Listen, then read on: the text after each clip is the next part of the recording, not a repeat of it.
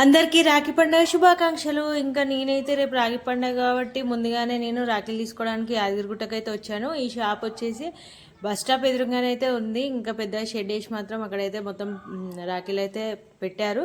So అందులో కొన్ని నేను సెలెక్ట్ చేసుకుని అయితే తీసుకున్నాను. ఇంకా అలాగే మా ఆడపడిచే వాళ్ళు కూడా వస్తారు కాబట్టి ఇంకా ఎప్పుడు ఉన్నంతలో ఇచ్చాము. ఈసారి శారీస్ తీసుకుందామని చెప్పి మా ఆయన అంటే సో వెళ్ళాము. ఇంకా ఆయనకు నచ్చిన శారీస్ అయితే 2 తీసుకున్నారు. ఇంకా చూసారా షాప్లో అయితే పిల్లలకి పెద్దలకి అందరికీ అయితే చాలా మంచి క్వాలిటీ తోటి మంచి ప్రైస్ తోటి అయితే ఉన్నాయి. ఇంకా రక్షాబంధన్ రోజు అక్క వాళ్ళు తెచ్చినాయి నేను తీసుకుని అన్న వాళ్ళ కోసం తీసుకున్న రాఖీలు అన్నీ తీసుకొని దేవుని దగ్గర పెట్టి ఇంకా పూజ చేసి ఇంకా నేనైతే అందరం మంచిగా ఉండాలి ఎప్పుడు ఇలాగే రాఖీ పండుగ జరుపుకోవాలని కోరుకొని ఇంకా పూజ చేసుకున్నాను. సో ఇంకా రాఖీలను దేవుని దగ్గర పెట్టి అయితే ఆశీర్వాదం అయితే తీసుకున్నాను. సో ఇంకా తర్వాత మా ఆడపడుచు వాళ్ళు కూడా అందరూ వచ్చేసారు కాబట్టి ఇంకా ఫైనల్ హారతి అయితే అందరం తీసుకున్నాము. నేను చక్కెర బెల్లం ఉంటుంది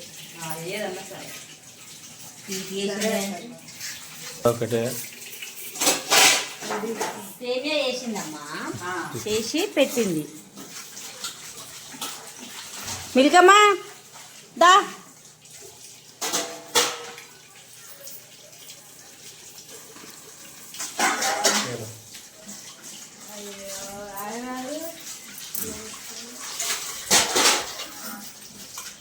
చూడండి ఫ్రెండ్స్ మా అక్క వస్తుంది. హారతి తీసుకోనికి రమ్మన్న దగ్గరికైనా జరుగురు హారతి తప్ప ఏం కానీ వస్తలేదు. ఎవరండి మీరు? ఇంకా ఫైనల్గా మేమైతే రాఖీలు కట్టుకోవడానికి సిద్ధంగా ఉన్నాము. ఇంకా చూసారా రాఖీలు స్వీట్లతో అయితే ఇల్లు అయితే కలకల్లా ఆడుతూ ఉంది. రక్షాబంధన్ మొత్తం మా ఇంట్లోనే ఉన్నట్టు అనిపిస్తుంది. సో ఇంకా మన ఇంటికి ఆడపడుచు వాళ్ళు వచ్చిన అక్కల ఐశ్వర్యం ఆనందం అంతా ఇంకా లక్ష్మీదేవతలు చూసినట్టే అనిపిస్తుంది. సో ఇంకా కడుపు నిండినట్టు అనిపిస్తుంది. కళ్ళకు నిండా సంతోషాన్ని అయితే ఇస్తుంది. ఏమంటారు? సో ఇంకా అక్క వాళ్ళు కట్టిన తర్వాత మా పాప కూడా వాళ్ళ అన్నయ్యకి ఇంకా మాకు కూడా కట్టి స్వీట్లు అయితే పెట్టి ఇంకా ఆశీర్వాదం అయితే ఇచ్చారు అందరూ. సో ఇంకా పెళ్ళైన తర్వాత అంటే పెళ్ళి కానప్పుడు అమ్మ నాన్నతో కూర్చొని అయితే రాఖీ కట్టుకొని ఆశీర్వాదం అయితే తీసుకుంటారు. సో ఇంకా పెళ్ళి అయిన తర్వాత భార్య అయితే కంపల్సరీ భర్త పక్కన అయితే కూర్చోవాలి.